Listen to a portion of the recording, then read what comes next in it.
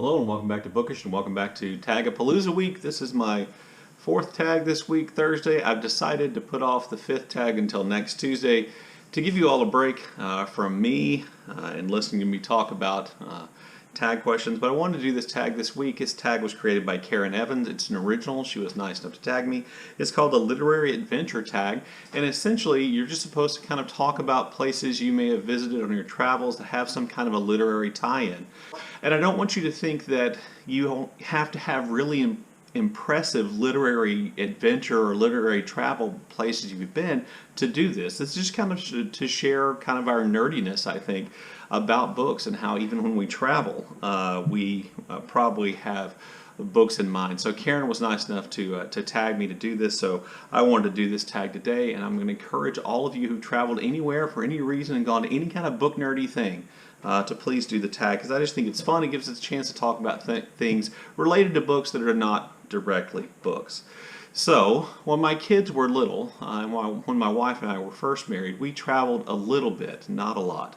But when we travel, we had a tendency not to go to literary places, with the exception of sometimes I kind of directed us past literary places, or there was maybe another reason for us to go to a certain literary place. So the first places I want to mention are places here in the United States, and to be honest with you, I haven't visited a whole lot of literary related sites in the United States that I can think of. My wife and I and the kids took a vacation to Asheville, North Carolina, and I did take that opportunity to drop into the Thomas Wolfe home. Look Homeward Angel author Thomas Wolfe was raised, at least, in Asheville, North Carolina, and so I did stop by there. That was kind of an intentional one where I actually went inside. We also took another vacation when my kids were little, and we went to Estes Park, Colorado, which you may know is home to the Stanley Hotel, widely believed to be one of the most haunted hotels in the United States. And by the way, so is the next hotel I'm going to mention on this list. The Stanley Hotel was the inspiration, I believe, for Stephen King's novel The Shining. I think that hotel was called the Overlook Hotel. We didn't stay there, but we did certainly go by there. You know, kind of, you'll see there's a theme of me just kind of like driving by and going, oh, hey, look, there's this literary site. And then the third place we visited in the United States, which has a literary connection, is the Menger Hotel in San Antonio. You know, I live in Texas, so going to San Antonio and the Alamo and the Riverwalk down there is almost an obligation, I think, of most Texans who can get there. The Menger Hotel is an old historic hotel which literally sits right across kind of an alleyway from the Alamo. And it has a long history of hosting all kinds of important people, including lots of presidents. It was actually the hotel where Oscar Wilde stayed when he came apparently on a literary visit, or on a visit to the state of Texas. Oscar Wilde stayed at the Menger Hotel. It's rumored to be haunted by at least 4 or 5 ghosts. And the Menger Hotel is where Teddy Roosevelt set up kind of his recruiting office for when he was recruiting the Rough Riders to lead them into the Spanish-American War in Cuba. He stationed himself at the Menger Hotel bar, which I visited a couple of times, which another theme in this video. But the Menger Hotel bar is historic. Teddy Roosevelt was there. They have all kinds of Teddy Roosevelt memorabilia.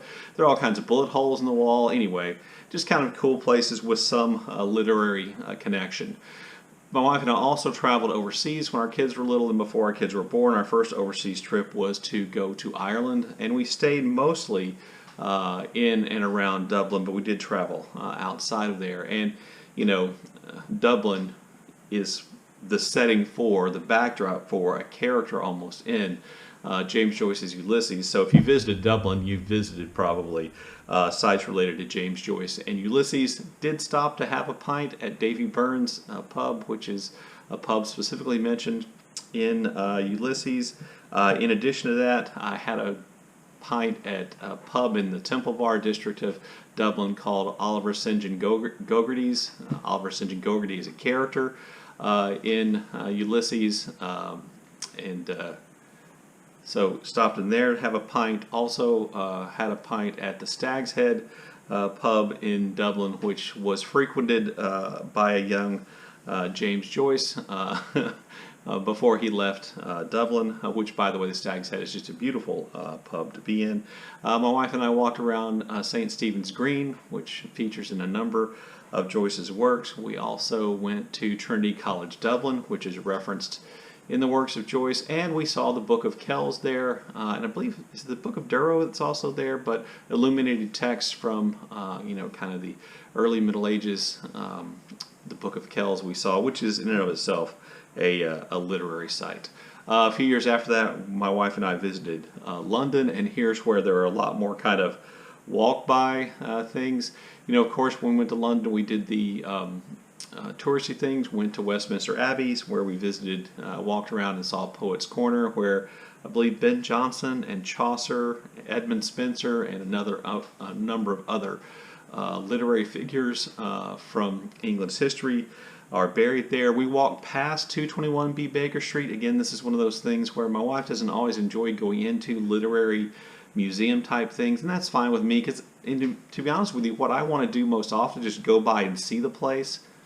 I know that may sound weird, but I don't have a lot of desire to spend, an hour or so in a small house museum like that just looking around. I don't mind it, but it's not necessarily high on my list, so I trade, getting to go by for other things that I might want to do, like stop in somewhere and have a pint. So Westminster Abbey, 221B Baker Street. Also visited the exterior of Samuel Johnson's house and Boswell's house, which are located relatively close together in London, and that was primarily because I also wanted to stop by the pub Ye Old Cheshire Cheese, which I believe Dickens may have stopped in occasionally, and certainly Dr. Johnson, I believe, stopped in there from time to time. And then my wife and I visited Paris, also when my kids were young, and you may assume, knowing what you know about me and Hemingway, that I went to see a whole lot of Hemingway sites. I really didn't, because again, this is one of those things where mostly what I'm interested in is just kind of walking by and seeing it, not actually going in or spending time. I don't have to balance that with the interest of my wife and what she's interested in and what I am, and it's kind of it's a marriage, so there's give and take there. But we did stop in, and I had a drink at the Closerie de Lillas, which is one of the cafes which Hemingway mentions in A Movable Feast. We walked by the exterior of the original Shakespearean Company, where Sylvia Beach had her famous bookstore, which hosted the likes of Hemingway and Joyce and Ezra Pound and others, from which she and her partner more or less published the first edition of Ulysses. By the way, the Shakespearean Company that exists now is not located in the same place, and as an unimportant technicality, it's not owned by the same group of people, but there that is. Paris being an incredibly literary city, if you're there, you see things that are mentioned in literature. Certainly my wife and I saw Notre Dame. We walked through the Luxembourg Gardens. Since my favorite French author is Balzac, and Balzac's novels are lots of them involve Paris than any place in Paris we went. But really, I think my favorite site in Paris was the Musée de Cluny, which is a horrible way of saying it.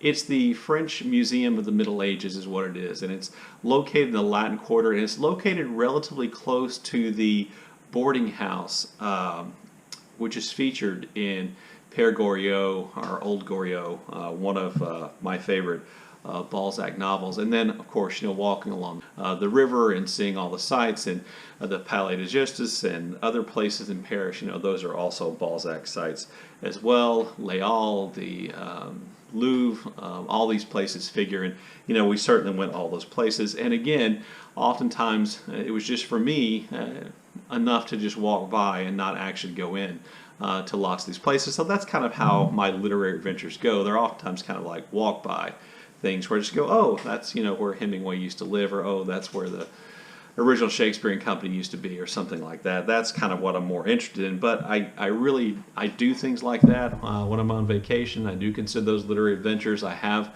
another one of those trips I want to take to Mississippi sometime in the near future, as soon as I'm confident that COVID is more under control to allow me to feel comfortable traveling. But there you go. There's my version of the Literary Adventures tag. Please do this tag. If no matter what your literary adventures are, please do the tag because it's just a lot of fun. It gives us a chance to talk about something other than books directly. For some of you, you may need to limit what you talk about. But, you know, do the tag. It's fun. And again, thanks to Karen for tagging me. I'll leave a link to her original down below. Look forward to your comments in the comment section. And as always, thank you for watching.